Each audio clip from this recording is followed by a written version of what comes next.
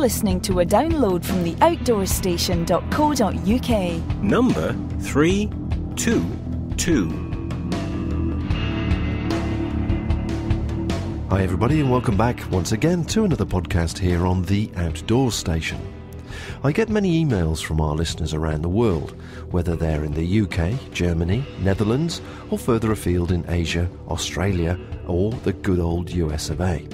Each one always has the same love and appreciation for the world around us, for nature generally, and as we all individually get out and experience our environment in all of its glory, a greater understanding of the fine balance to keep it that way for as long as possible. This is the second part of the three-part series put together for Resonance FM and the Outdoor Station, where David Lintern joins Chris Townsend for a long walk and some great conversation. Chris is well known around the world as writer, photographer, blogger, conservationist, head of Mountaineering Council of Scotland and long-distance walker extraordinaire.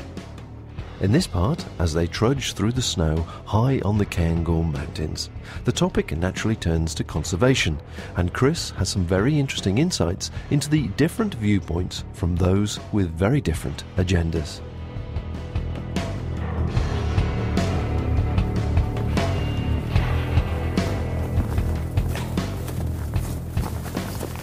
Oh, it's quite wonderful up there now. Oh, yes. Really stunning. The sun and the wood stuff. Been so lucky with the weather, really, this week. Yeah, well, I imagine it's been good because it's been a mixed week. And really, for a winter skills week and for a first experience of winter here, you want some mixed weather. Yeah. So that you experience a bit of, well, it did. What it's like. On the buckle on our left here, as I said, it did get pretty mardy up there on the Tuesday, but for the course itself, actually, we had 2 days, and it was, especially yesterday. Yesterday was perfect. Absolutely, when the winds were fierce in the corrie, but it was absolutely stunning. Yeah. It was... Oh, I think yesterday has been one of the best days, of the winter so far. Right. Because it was so clear. And staying below freezing all day, which means you always get, sharp views. Yeah. Yeah, there was, I think they call it, is it mare's tail? And I guess that was the sort of precursor to the weather that came in overnight. You can see that out coming in from the west. Right, yeah. That's a really high Cirrus. Yeah. And that was all of a sudden I think it was about 1 o'clock, just the wind just dropped to almost nothing. We walked in, it was about, the guy reckoned it was about 30, 40 miles an hour. It was quite a stiff walk in to the corrie, and then we got the shelter out and had a bit of a sandwich, and then after that it just dropped off. Well, it was odd when I went out because there was no wind walking in along here at all. It was like this, and I started up from the bothy, and probably about halfway up from the bothy there was suddenly quite a cold west wind, and I was thinking I'm okay at the moment because I'm moving uphill, but I'll need to put, because I didn't have a windproof layer on, I'll need to put something on as soon as I get to the summit. When you hit the top, yeah. But there was no wind on the top. It had gone. Really? So I thought, oh, well, it's cleared up. Then I set off down, and at around the same altitude, which was about 650 metres on the way down, the wind was there again. Right. And then I came out of it, and lower down it was dead calm, so it was just a band of air. Yeah, right. It was quite just sort of in the middle there somewhere. Yeah. A halo. Yeah. But I'm in Corrie Cass, the car park, where you set off from, sure. I presume yesterday. Yeah. That is a notoriously windy place. That can often be the windiest place of the day out, right. is in that car park. So people get out of the car or the bus and get an eyeful straight away. It really catches, the wind there. But the corrie you went into, that can be very windy as well. Because, especially if the wind is coming over the edges and picking up speed. Yeah, I think it was southwesterly, so it was coming up and over. Becoming over the vehicle. Yeah. For that corrie. That's exactly the direction. On the right side. Yeah. That's exactly the direction it was coming from. Yeah, and it was pretty fierce for us newbies. Anyway, it was pretty fierce. Oh, I mean, I've been out and turned back, over the years, quite often in the Cairngorms, right. And it's the wind that's the feature that you know that makes it really dangerous. I mean, I turned back on December and the forecast was good, and it wasn't. I was intending to ski over to Ben Macdui, and I didn't get to the top of the Fearkle Ridge. Right, you just had to turn around and go. I just thought, on the plateau, it's going to be awful, and it's getting worse, and it's a struggle, and it's snowing, and I can't really see. Suddenly a cup of tea seemed like a much better idea. And I'd gone from skis to crampons because it was too icy for the skis, and I thought, no, I'm not going to get to Ben Macdui. Yeah, this is crazy, and even the descent, because it was getting worse and worse, was tricky, you know, because it was hard to see. Yeah. So I kept the crampons on. I didn't need them all the time, but it was because I thought, I'm not going to see the patches of ice. And it was only when I basically got off the steeper stuff that the crampons started balling up, and I changed back to the skis again, and skied back down the rest of the way. Right. No, I think when I was a bit younger, I was, and perhaps, well, it's experience, isn't it? But you learn to sort of take the nod from the conditions a bit more. I'm getting there. I'm still not there yet, but and it's also you know, where you live. I'm always aware. It's very easy for me because I live up here, so I know that you know.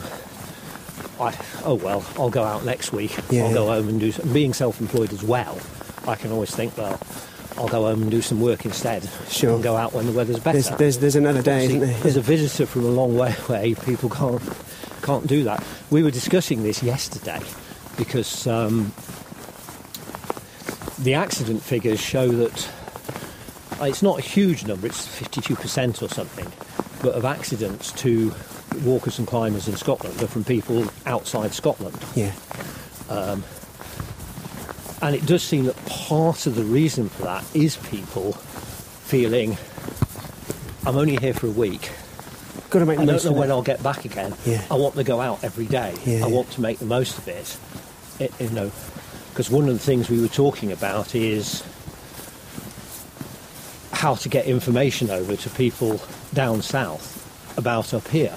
This is the meeting with Heather yesterday. Well, no, this was meeting with Hebe, the ANC officers. So but we had a general discussion as well, because we were talking about access and conservation, and particularly access, of which there's still an incredible amount of misunderstanding south of the border, because it's so different in Scotland to England. Okay. And an awful lot of people, we know from the inquiries Hebe gets, do not understand this. And recently there's been some misleading stuff in the media which has made it worse. I mean, this whole, you know, this plan to sell off England's forests. Yes, yeah. But the organisation set up to protest about it, which I think is a good idea, and organised, but they call themselves Save Britain's Forests. Right, yeah. So instantly... It's totally misleading. Scotland's forests, there's no plans. None of the political parties have got any plans. No, I saw to sell them off. I saw some internet stuff around this kind of issue. And also, one of the big things they're making is, if the forests are sold off, we'll lose access. Right. Which in England is quite possible. In Scotland, even if they were sold off, which has not been planned anyway, the access legislation means it would not make any difference to access, because you have a legal right of access. Sure, it's kind of overrides, yeah. And it's blanket. It's not like in England where you've got all these access agreements, you know, which are not necessarily permanent and only apply to certain areas.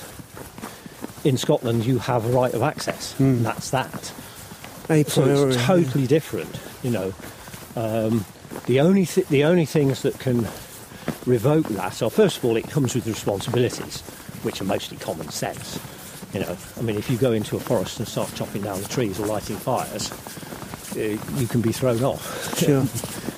But this is, you know, to a great extent, if you start doing damage, then you can lose your right of access. Yeah. But of course, those things before the access legislation, you could still be prosecuted for doing that anyway. So a lot of the responsibilities are common sense. The only other thing is estates can ask to have a closure for very short periods of time if they're doing something which could be potentially dangerous.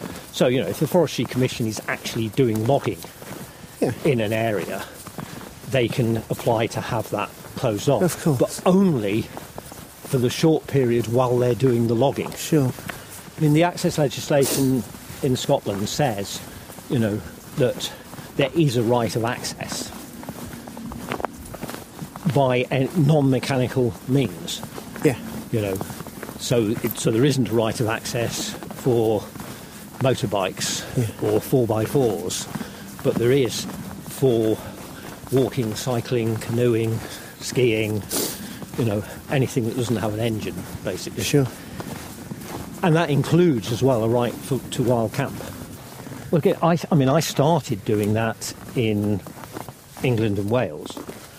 But I think it's especially significant in Scotland because there are some places, it's big enough that it's hard to explore a lot of places unless you have extremely long days. Yeah. You're listening to the outdoorstation.co.uk. Bringing you more about the outdoors world. Podcasts are based solely around self-powered travel. If you walk, run, cycle, paddle, climb, explore or sail, we want to share your adventure, hear your highs and lows, and inspire others to go out and do more.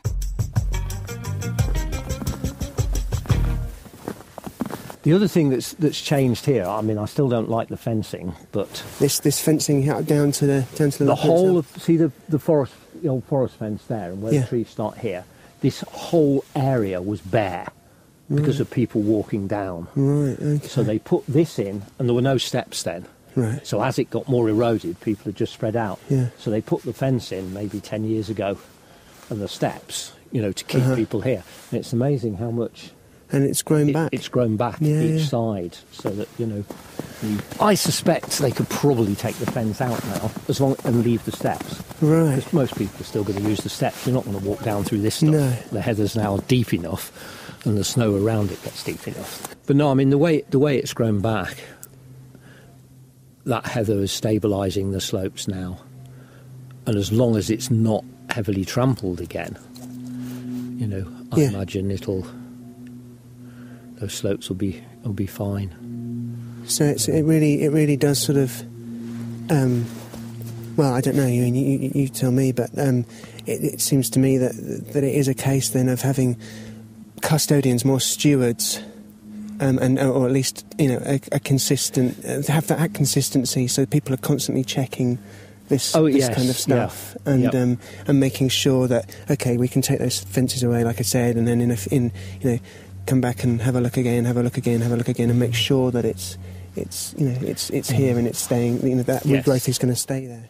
And the more popular the area, the more you need that. Because the greater the pressure. And in terms of custodians or stewards or rangers, how is that in this area in the Cairngorm? So you feel like you're well supported in that sense, or it varies. Because it depends who owns the estate. Right. One of the early decisions the National Park made, and I don't know if this is right or wrong, but they decided there would not be a National Park Ranger Service. Right. They would work with, the local ranger services. Mm-hmm. And in some areas there's hardly any, and in others it's well done. But here we're on the edge. Right the way that way for miles is the RSPB Abernethy Reserve, which is the biggest nature reserve in Britain. Okay. And obviously the RSPB have a lot of people, on the ground, a lot of rangers. We met a guy actually on the Buckle the other day, a lot of people monitoring things. So in this area, yes, there's a lot done. And then you've got as well National Trust for Scotland whose boundary is just over here, coming from the south over, well, they do a lot as well. And hopefully, because they have got, economic problems, they're having to make big cuts and other things at the moment, they'll be able to go on doing so. Their plans aren't clear yet about what they'll do with their mountain properties, but they have done a lot. Right. And do these organisations, one of the things I was talking about with one of the guys, who's a very interesting guy, very a gent who'd been walking for many, many years, and we were talking yesterday, I was on the course that I was on, and we were talking about partnerships and alliances and organisations and how perhaps, the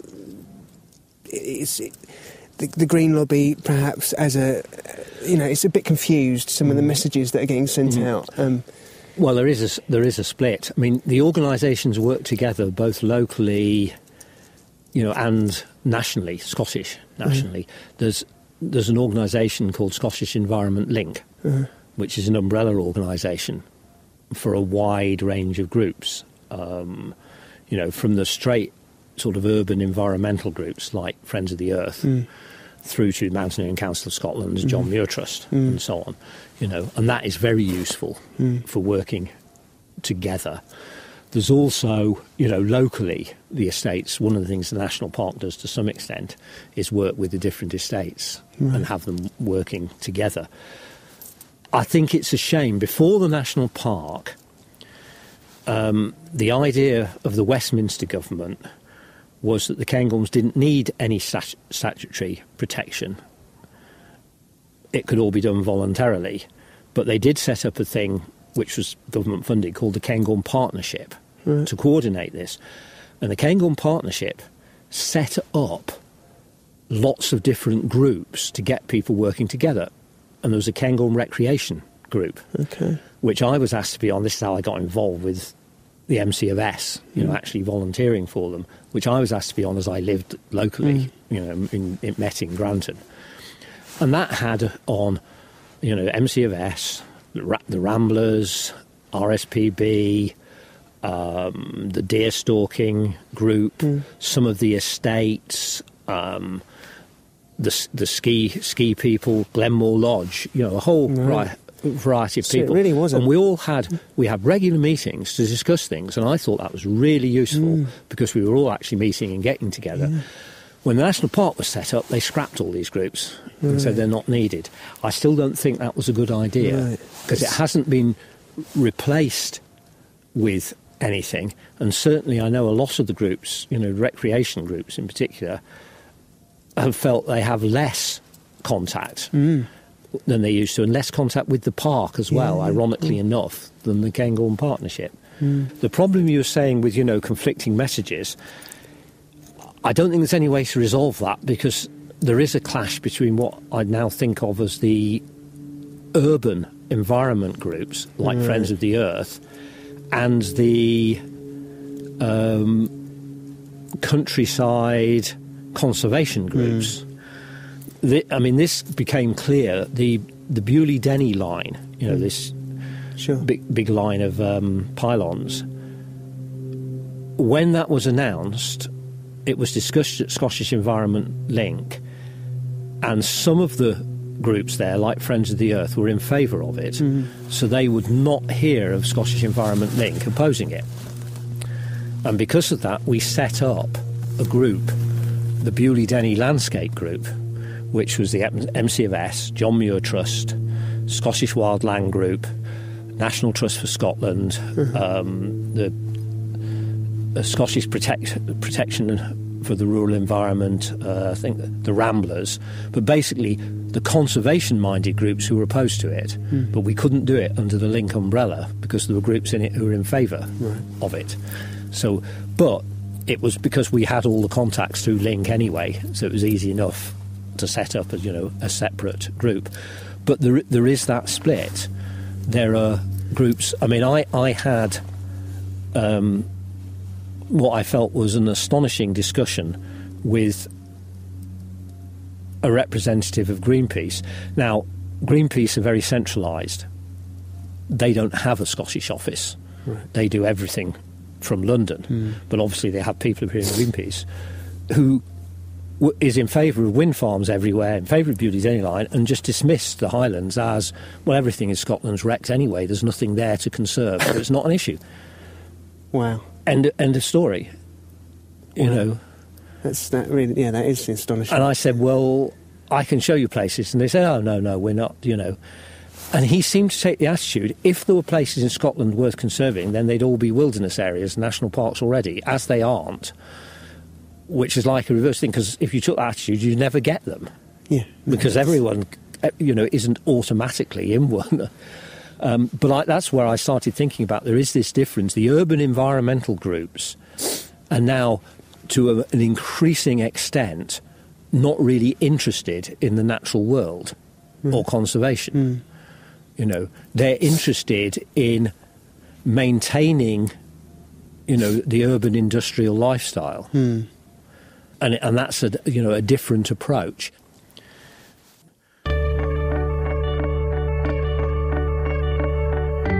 You're listening to theoutdoorstation.co.uk.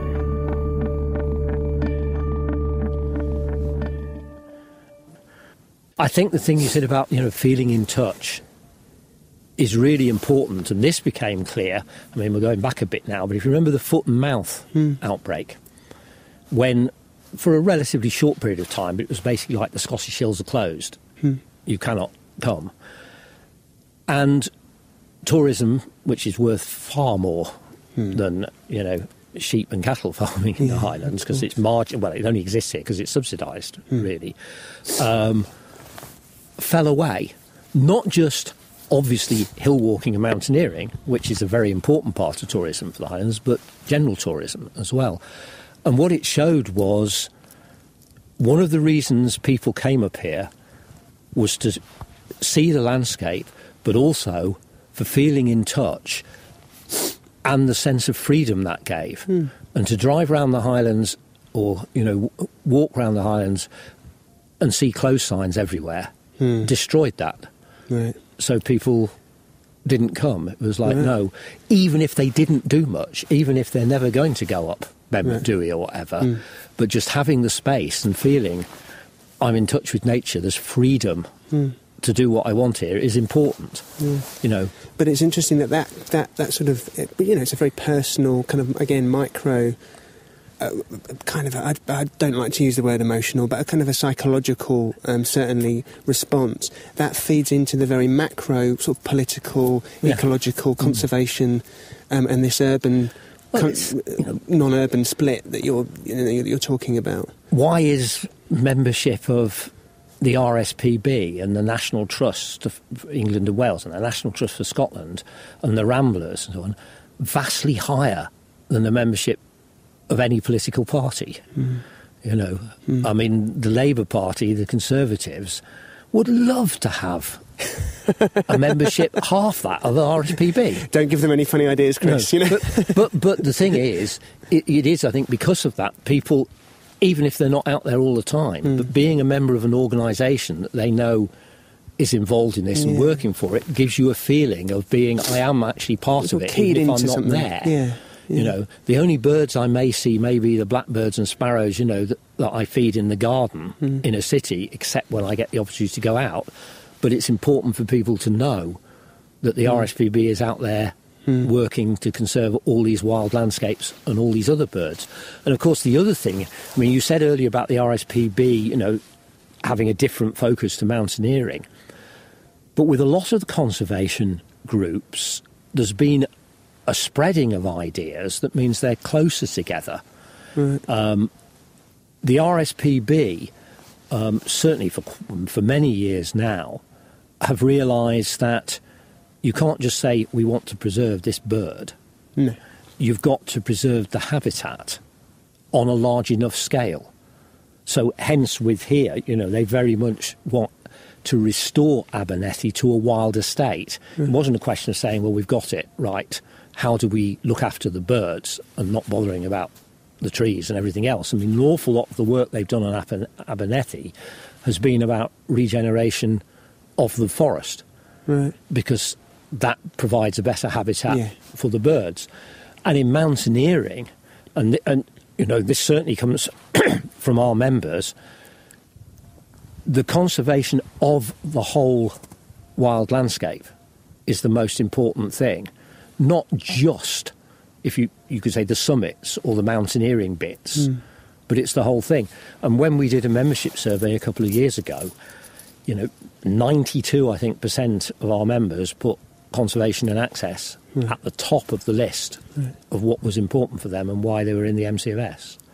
Far more than things like mountain safety or training or learning skills, Right. That was the one that was most important. Right. So here, we've got, if you like, common ground with the RSPB on this, even though the basic interests are totally. So you are seeing some coming together, you think? Yeah. And as I say, the Bewley Denny Landscape Group, the National Trust for Scotland, was a member of it. Right. They're generally seen, I think, by the public at large as mainly being about, big houses and castles and things like that, which obviously they do. But they also have a large number of mountain properties as well. So they do have an interest, in that. And again, they've changed in the last 20 years because they were developing to some extent their mountain properties, building visitor centres, building and so on. And they've gone back to saying, no, this should be wildland. Right. We shouldn't be doing this. We better start removing some of the things. Right. I mean, they've removed the visitor centre in Glencoe, moved it down the glen into the forest. Yeah. They've closed, and I believe are going to remove the visitor centre up on Ben Lewis. Right. Okay. So again, there's an accord there with us, and then you've got a body like the John Muir Trust, which is their focus is conserving wild land, but the estates they've bought, they've realised that it's not static. You can't just buy the estate and say, right, we've got it now. No harm can come to it. What happens outside its boundaries matters, but also they're doing things like saying, well, actually, this is quite damaged land. We need the forest to regenerate here. We need to look after. So they're doing exactly the same as the RSPB are doing here. So there is a sort of a meeting of minds. Is this something that do you think that you're seeing happening more and more? Is this something? Is there a growing consensus, or is it despite obviously all the other things that we're going to get into in a minute? But I think there is a growing consensus. Yes, and I think it's interesting that both the National Trust for Scotland and the John Muir Trust have put out wild land policies in recent years. A detailed description of what they mean by wild land and what they think should be done. And the John Muir Trust now has a wild land campaign, but which is being supported by lots of other organisations. Because I think the other thing that's happening, which is also good, is for organisations to start thinking about cooperation on common goals and not competition. Yeah. So that organisations are not thinking, if they've got a wildland policy, we want one too, we'll have our own. Yeah. But thinking, as the John Muir Trust have done it, they've got a campaign going, let's support their campaign. Let's not reinvent the wheel. Yeah, we don't have to have board meetings about that. We can just look at theirs. Yeah. Let's not duplicate the effort as well. Yeah. So if we're working together, fine. They've done it, we support it. So we'll go along with that. And that might help, hopefully, in time. And it sounds like that. You feel like there is. Sounds like there is some reason for hope. That might help with a less confused sense of all these different bodies talking at cross purposes. Yes, I don't think which someone suggested in a comment on my blog recently that the organisations should all merge. Because each organisation has different interests, and you'd end up with an organisation. If you had a huge organisation that was trying, yes, to conserve wild land, but also had the RSPB section that was mostly interested in birds, and the mountaineering section, us, who wanted also to have a whole section to do with mountain safety and training for rock climbing, which the bird people had no interest in. Each organisation does have a reason why it exists separately from the others. Yeah. But what we should be doing, certainly, is working as closely as possible on common ground. So where we do share something, such as the conservation of wild land, we shouldn't be duplicating each other's efforts. But I think that is happening, more and more. Right, yeah. So it's not all doom and gloom, although there is some. Of course, I wanted to ask you specifically about Dunmaglass, because I know that that's something that's sort of occupied your efforts recently, and also it's new news, really, isn't it? It's something that's... Well, yeah, I mean, the thing is... Or at least the decision is. The decision is new. Yeah. The proposal is 5 years old. Yeah. And it's been modified. And that's why, the detailed objections that we as the MCFS put in, and as John Muir Trust put in, are all several years old, because nothing had happened. Mm-hmm. So we were all waiting, for this decision. So there'd been no comment on it, nothing about it for quite a few years, but then suddenly we got the decision that it was going ahead. Sure. So, which has woken everybody up to start commenting on it again. Right. I mean, I was probably less surprised than a lot of people, as I think were other people who've been more involved in this anyway, because I think the key decision was giving the Bewley-Denny line the go-ahead. Because once that's going ahead, to justify it, you've got to have the power sources to feed into it. So just sort of backtrack just a second for people who aren't sort of so familiar with the backstory. This is a proposal now a decision to build how many wind turbines? 33. 33. And whereabouts? Well, the whereabouts is the key. Right. I mean, the Monalier is the area north of the Cairngorms. Uh-huh. And Monalier means the Grey Hills. Uh-huh. And the original name for Cairngorms, which is Monarua, meant Red Hills. Okay. And this is to do with the colour of the rock that they're made of. The Monalier was the largest area of wild lands not crossed by a road in Britain. Right. Absolutely massive. Mm-hmm. It's rolling moorlands. There's a few peaks on the southern edge, there's a craggy and rocky. But the great thing it's got is this vast sense of space and open land and huge skies, that you can cross for, several days without seeing anything man-made. And it's also a superb place for wildlife. Right. There's an awful lot, of raptors there, golden eagles and others, and many other birds and animals. It's a fantastic place. It's not, it's not immediately spectacular in the way that Glencoe or Torridon is. Yeah. It's a bit more subtle than that. But the scale is a key part of it. Now, this wind farm is in the heart of the Monalier. Uh-huh. The turbines are going to be something like 110 metres high, so they're huge. And they're on a ridge that is 2,000 feet, 600 metres up. Mm-hmm. So they're going to be visible. And there's also the fact that, the Far Wind Farm is close to the A9. Right. So it's, I still wish it hadn't been built, but it's on the edge of the area, if you like. This isn't. This is in the middle. So as well as the turbines, there's going to be a lot of new bulldozed roads just to get there. Yeah, of course. And anywhere on the Monalier, they're going to be visible. So that sense of space and freedom and of being in the middle of a vast wild area, will be gone. Sure. And if this one can get the go-ahead, which was opposed by so many bodies, including Cairngorms National Park objected to it, sets a precedent. Sets a precedent for lots of others, that are in the planning stage at the moment. I mean, Cairngorms National Park objected to it, although it's not in the park, because they do have a remit that if they think developments are going to adversely affect the park, they can object. And this was, I think, with the park plan, a good idea, because it meant saying there is not a rigid edge to the park. The park ends here.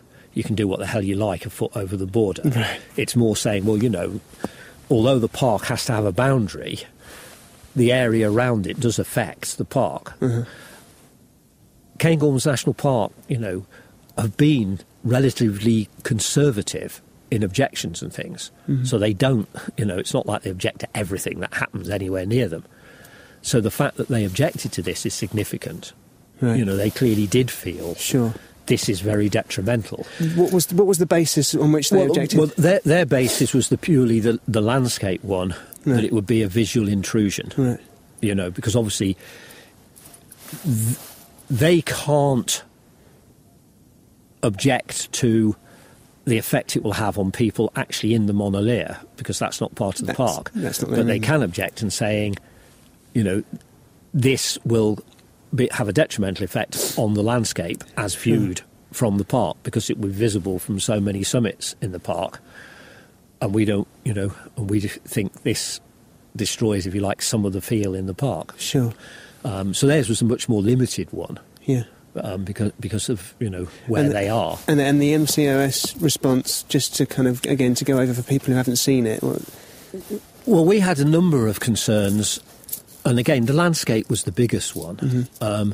But it was more, as well as the landscape as it were viewed from afar, it was more, however, the effect on people actually in the monolith, right, who would be much closer and would see these things and would feel the experience has changed. It's no longer the same.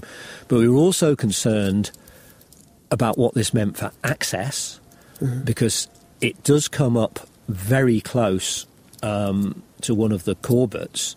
That's the hills between 2,500 and 3,000 feet in Scotland. Sure. We don't know yet, but we are concerned about the effect on access. And we're also, and this is part of this being concerned about general things, about the wildlife effects. Mm. Because even the developer's own environmental statement admitted that, you know, golden eagles and other birds will be killed by this. Yeah. And when you've got, one of the sad things is the owner of the estate, these are all private estates in the Monolith, and that's the thing, it's the whim of the owner. The owner of Nunna Glass, who as far as I know is barely ever there, lives in the Bahamas, I think, you know, don't even live in Britain, is obviously quite happy to take the vast sum of money he's going to get for doing nothing, just letting them, yes, you can build on my land, thank you for the millions I get. The owners of the estate next door bought it for conservation and have done a lot of work, and they were one of the objectors as well, because they're very unhappy that all the work they've done for golden eagles and so on is now going to have this dangerous set of wind turbines that could kill next door, the birds right next door. Yeah. So there's various reasons for objecting to it. You know, it's not just a simple, well, it doesn't look nice. Sure. You're listening to the award-winning UK Business Podcaster of the Year. The home of UK-based audio and video podcasts for lovers of the great outdoors everywhere. Podcasts are based solely around self-powered travel. This is the Outdoor Station. NIMBYism has sort of changed its meaning over the years, in that, you know, it was originally developed, of course, not in my backyard, for people objecting to something happening where they lived. I first realised that it was changing its meaning when I objected and wrote about a wind farm on the Isle of Skye. And the local Liberal Democrat MP accused me of NIMBYism. And I thought, hang on, I live in eastern Scotland. You know, it takes me several hours to get to the Isle of Skye. If that's my backyard, I was quite happy to think of it. Then the whole of the Highlands is, you know, where do you draw the line? But, I mean, if you look at the sort of upsurge in, if you like, non-organisational protest to this, all the blogs and out to people coming, most of those people don't live in the Highlands. A lot of them live in England. A lot of them live in cities. The ones who are from Scotland live in Edinburgh and Glasgow and Aberdeen, because that's where most people in Scotland live. You can't really say it's NIMBYism for these people to object to it, unless you start saying, well, NIMBYism means anywhere in Britain is my backyard. But I think it's also worth looking at, all the surveys show that when visitors to Scotland, all visitors, you know, not mountaineers and hill walkers and bird watchers, but all visitors to Scotland, all tourists, the main reason they give for coming to the Highlands is the landscape. Now, most of these people are urban people, of course, because most people live in cities.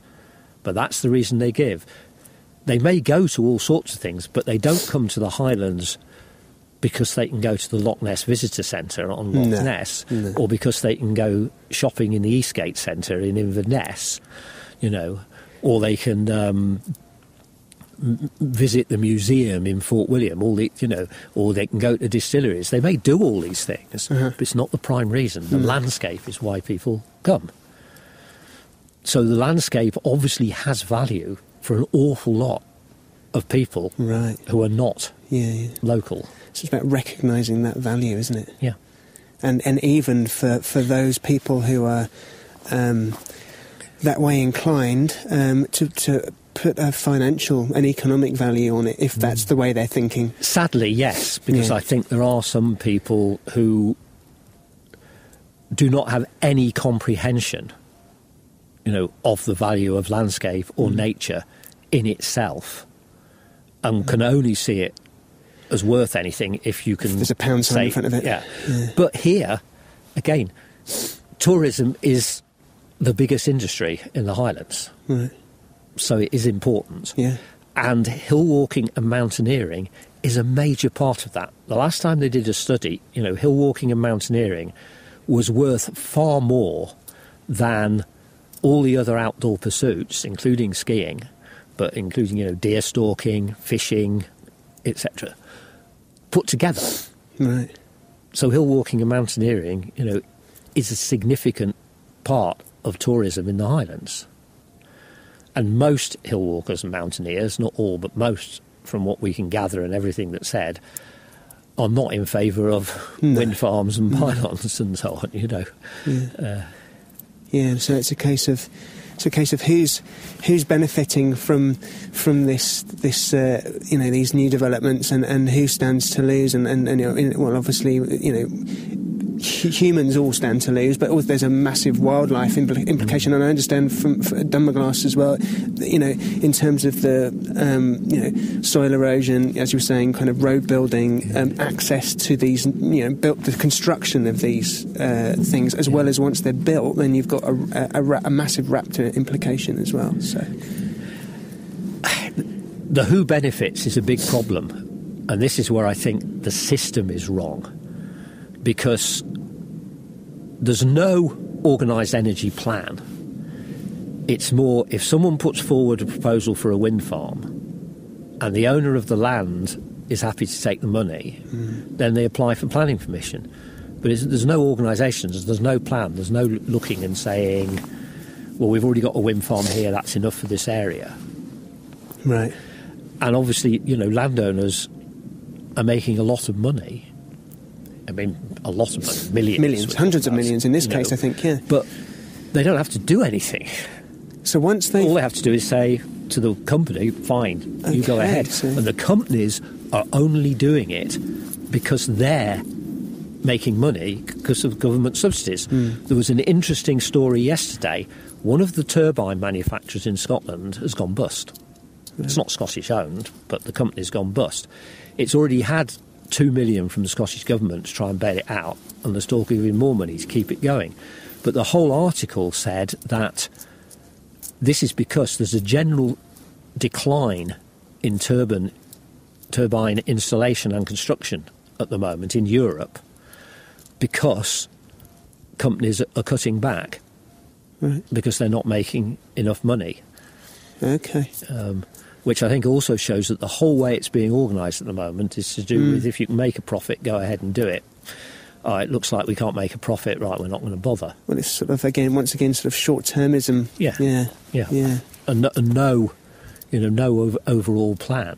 Right. And nothing connecting with anything. There's no... In Scotland, there's no overall energy plan which is linking together, conservation of energy,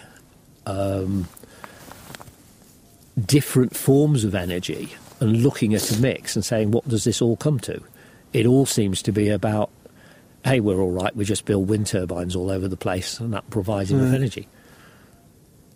Yeah. And we've also had, on a day like this, not a breath of wind. So they're all going to be sitting there Last winter there were weeks and weeks when we had all the snow and there was no wind. Sure. And they didn't move. Much of December last year, the end of the year, again we had a long calm period, they didn't move. And these are the coldest times. The coldest weather is when it's calm and still. Yeah. So that's when there's the greatest energy demand. Yeah, and that's when the turbines And don't you work. Can't store that energy, is what I understand. No, there's no method of storing that in a capacitor or anything. No, there's no way. So it's on-demand energy. Yeah. I mean, I'm not, and none of the organisations I've mentioned are opposed per se to wind turbines or to, green energy. The key is location. Yeah. But I think there is a case to be said that wind can only ever play a small part in energy output. And that makes it even worse if you're going to say we will wreck the Highland landscape for the sake of what will only be a small and intermittent source of energy. I would still oppose it if they said, but if we build turbines over most of the hills of Scotland, that will permanently supply all the energy we need. I'd still say it was wrong, but it seems even worse by the fact it isn't going to do that. It doesn't work on so many levels, so many different levels, on a sort of ecological conservation level, on an economic level, on an energy level, and all these subtleties. That's what I find really frustrating from my own point of view. Anyway, all these subtleties get lost in the sort of mainstream London-based media. I feel like they all get lost and all dismissed, and that's why I bring up this horrible phrase NIMBYism, is because I think it's almost used as a way of kind of glossing over. It's the old thing, many people like simple solutions and don't want to think of complexities. And the simple solution, is say, wind turbines good, wind turbines will solve the energy problem, therefore we must have them. And that's it. Because they're so good, you can't criticise them. Right. What was it one of the Miliband said when Labour in power, that he wanted to make, I forget the phrase, but he basically wanted to make opposition to wind turbines as antisocial as smoking or something, something ludicrous, which just showed. And someone else, I remember, said, they'd like to see wind turbines on the summit of every hill in Scotland. Oh, God. But it is this simple thing. It's really inflammatory nonsense, isn't it? I mean, that's the thing. That kind of talk just builds ill feeling on all sides. It's very convenient for people who are making money out of wind turbines, to encourage the view that they're the solution to all our problems, so we must have them, and that it's wrong to oppose them. And I'm afraid I do think that some of the urban environmental groups, have tended to go along with this as well. That you can't criticise wind turbines. I mean, you've got the thing with Friends of the Earth. There was a proposal not so long ago for a huge quarry for road building material on Harris, which would have been an eyesore. It would have been absolutely massive. There would have been all these boats, taking the road rubble away. Now, of course, Friends of the Earth are not in favour of building roads and don't really like cars. So they were quite happy to oppose this. And they opposed it on the damage it would do to the landscape and to wildlife. But they'll never say the same thing about wind turbines because they're in favour of wind energy, when in fact exactly the same case applies. We have a Scottish government, a minority government admittedly, but the government, whose view is simply that, wind energy is going to make Scotland rich. Right. So they're not interested in any criticism of it. I think things will only change in Scotland if there's a change of government. Right. However, we've got an election this year, so there might be. What other parties are going to say, and politicians, what manifestos are going to say, we don't know yet. But I can't see the current government changing their stance. I mean, they don't even want to talk about wildland, yet at the same time, one of their ministers was on TV recently praising the Scottish landscape and encouraging tourism and saying we want people to come and see our... And they don't seem to see any contradiction in this at all. So they're trying to do two things, and they don't want to link them or answer questions on them. Right. But the blog thing is interesting because it's the first time I'm aware with something like this, of this happening, and this was part of, the development of the internet and the whole World Wide Web. Because in the past, Bewley Denny, which I still think that was the big thing. It's the key one, isn't it? Yes, there was a lot of support from people, but everything was done by, if you like, the traditional organisations, Mountaineering Council of Scotland, all the other bodies that form the Bewley Denny Landscape Group. And it was that group and those organisations that did the work, and we got money, from our members. Were all very generous and put money into it, so that we were able to appear at the public inquiry and and have a lawyer there and put a proper case and so on.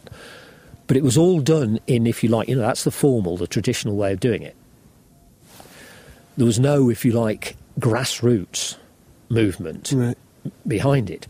Now, in this case, Dun the Glass was announced, and suddenly all these blogs and people who are not directly involved with the organisation, they may be members of them, but, they're not people who are, working for them in any capacity as volunteers or as full-time staff, suddenly started writing about it and saying, we have to do something. Something has to be organised. Yeah.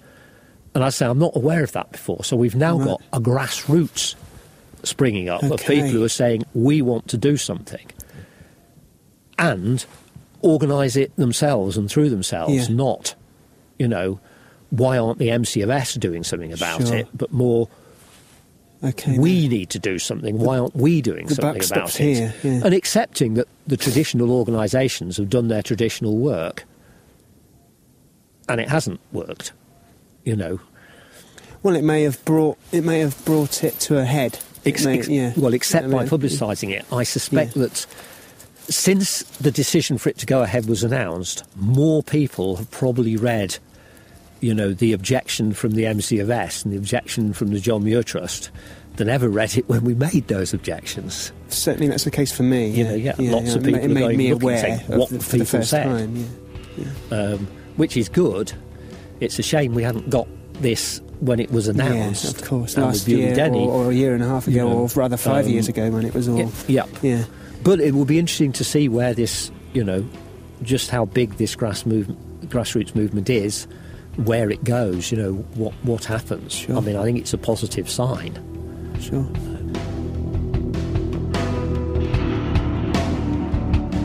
Certainly food for thought there as you head out for your next walk, and perhaps a more informed viewpoint when you read comments about conservation in the media. Well, I hope you enjoyed that as much as I did, and thanks of course to Chris and David for sharing. Their individual blog sites or websites can be found at christownsendoutdoors.com and selfpowered.blogspot.com. There's another interview coming soon from them, so make sure you keep an eye on the Outdoor Station website and in iTunes, of course, to get them as soon as they arrive. Until next time, folks, keep enjoying the world around us for as long as you can.